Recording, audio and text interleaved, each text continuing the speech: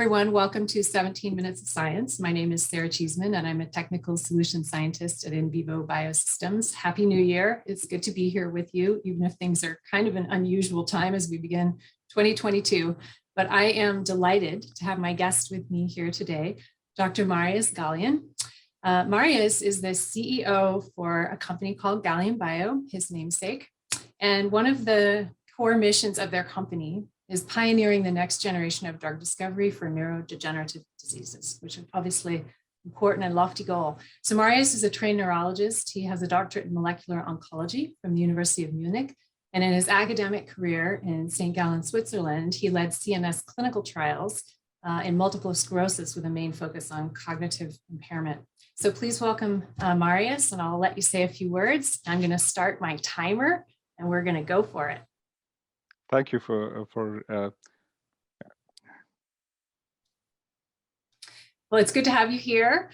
So we'd love to start by hearing a bit more about you, about your company, and how things are going.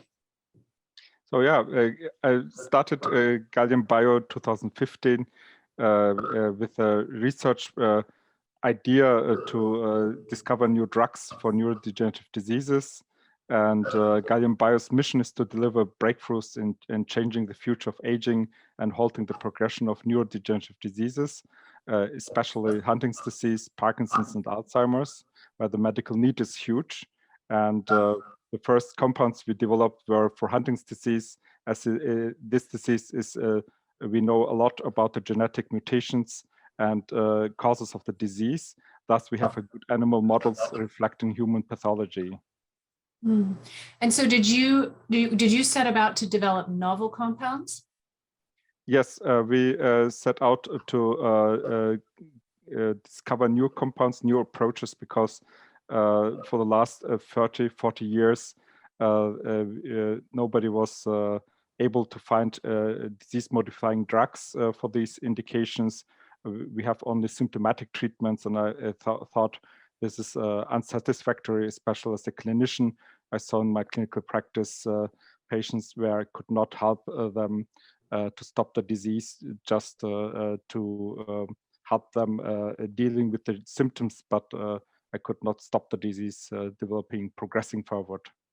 And why do you think in all your clinical experience, this group of diseases, I'm going to just broadly say neurodegenerative diseases, are so difficult to treat and work with? Yes, I think it is mainly because it is heterogeneous diseases where several factors, pathological pathways which are involved. For example, in Alzheimer's, we have, of course, that amyloid beta, but also pathological tau accumulating.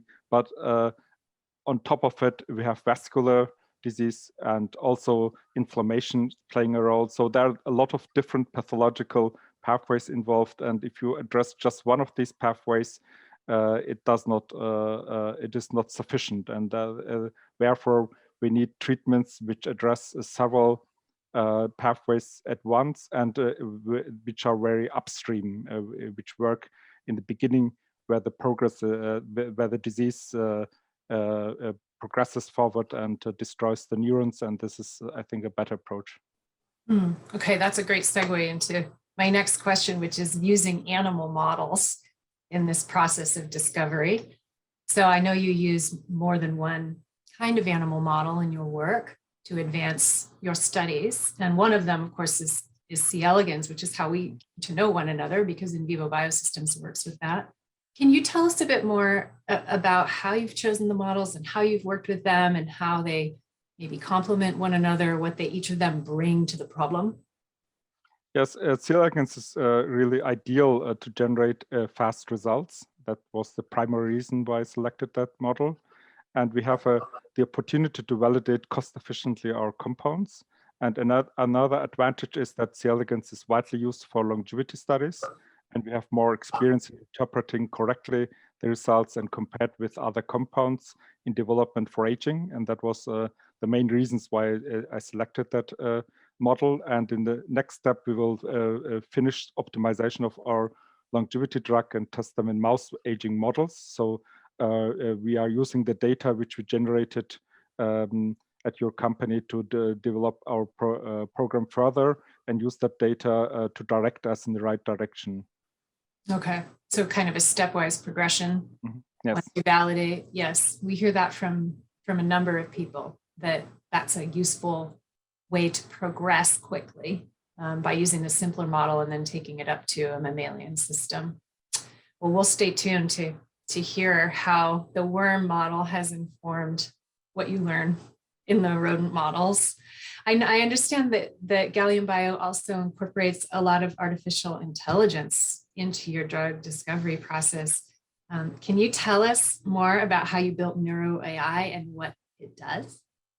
Yes, it started all in 2017 with an EU grant. We set up a new in silico drug screening platform. In the following years, we gradually improved our procedures, and we harnessed the advanced AI methods for de novo drug design, to small molecule development, and aid in drug safety profiling. And in our in-house data sets are combined with our advanced AI platform and empower the development process to identify effective medicines for neurodegenerative diseases. And we screened in the beginning compounds in silico for binding on new protein surfaces and used neural networks to identify chemical fragments based on known ligand target crystallography interaction data. So we used the known data and used that in our neural networks to identify new interaction partners. And Neuro AI is optimized to address novel therapeutic targets, including difficult to address protein-protein interactions. And Gallium Bio has developed machine learning algorithms to identify compounds that could potentially interact with secondary targets as well, responsible for toxicity. So we are using this method to identify potential compounds which could have tox issues, and so we select them and do not use them further, and thus we are reducing the costs. So whilst we are eliminating compounds before synthesizing them and testing them in various time-consuming assays. And the next step, we will further progress our AI platform, of course. We will integrate in our system computational sorting out through and compare various properties of the compounds as well. So this will be the next step to do that in silico and identify potential small molecules, which will further streamline and speed up the process. So can you give us a sense of, just as you're speaking, I'm thinking of that as an enormous amount of data to go through. How many compounds do you put into that, for lack of a better word, that Neuro AI platform for the sort of initial scan of feasibility? So we have interaction data for about 20,000 compound ligands with their targets. And with these ligands, we are fragmenting them. So our database is larger than that because we are taking these ligands and building fragments of them and with their interaction partners. So in the end, we have several 100,000 data interaction fragments with their protein interaction partners. And this is the database with what we use to generate new compounds for new targets then. Is it, in your experience and with your colleagues in the field, is this becoming the standard practice for developing new therapies to do this as the first step?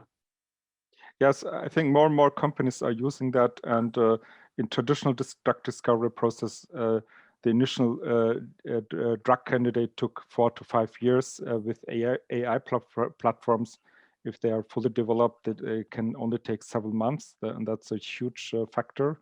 And thus the development costs can be reduced. And our goal is to lower failure rates and ultimately reduce also the price of drugs, because currently the drug discovery process is arduous and unsustainable, and the costs of drugs are too high. And if we want to develop more and more drugs, we need more cost-efficient methods to reduce also the drug costs. Yes.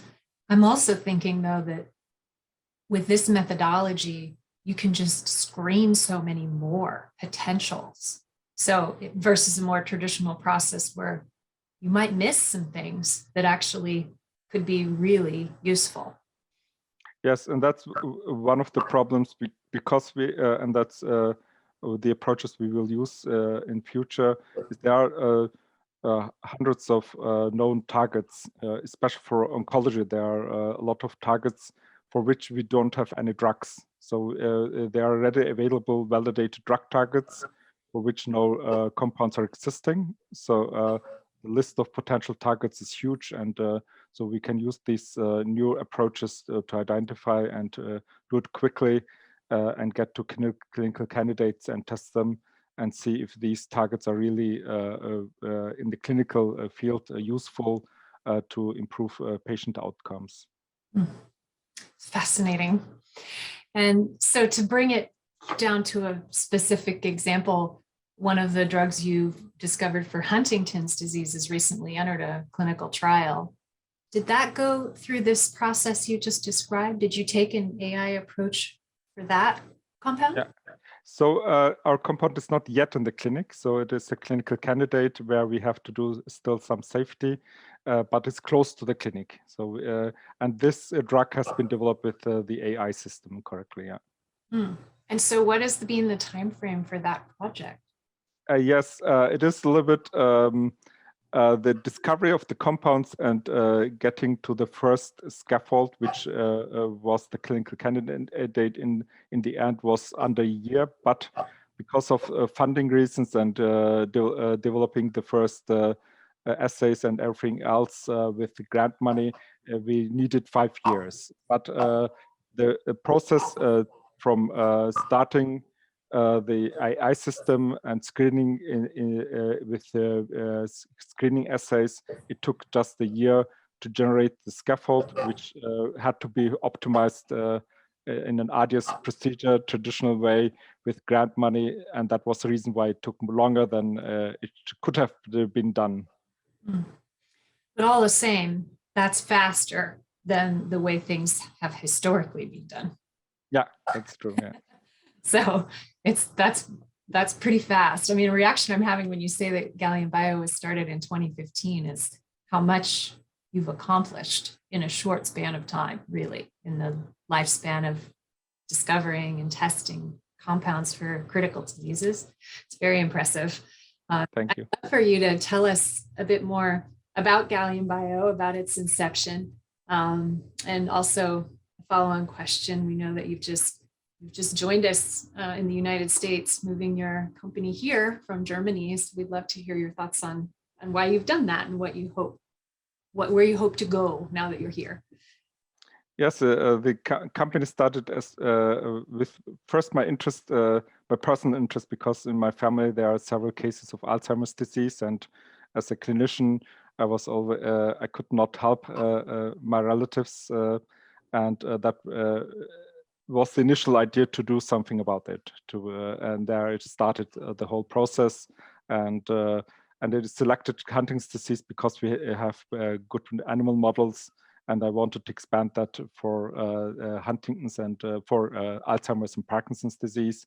And we initially wanted to really discover new compounds, but we saw that in our assays that these Huntington compounds had also were effective in lowering and improving neuronal survival of other diseases. So we have data for Alzheimer's and Parkinson's disease. And we then saw also that the compounds could improve also the survival of normal neurons if we stress them with heat shock. And that was the initial idea, to go into longevity and see if these compounds are also useful for healthy aging. As with aging, our ability to reduce pathological proteins is reduced. So we are accumulating, then we age dysfunctional proteins, which always come to existence. But with aging, our ability to remove them are decreased, and these compounds are improving that. And that is, I thought, initially that could be useful also for longevity, and that was how we came up with that. And there are several reasons to relocate the company to the US. There's a huge talent pool for drug development in the US, and that's very important for us.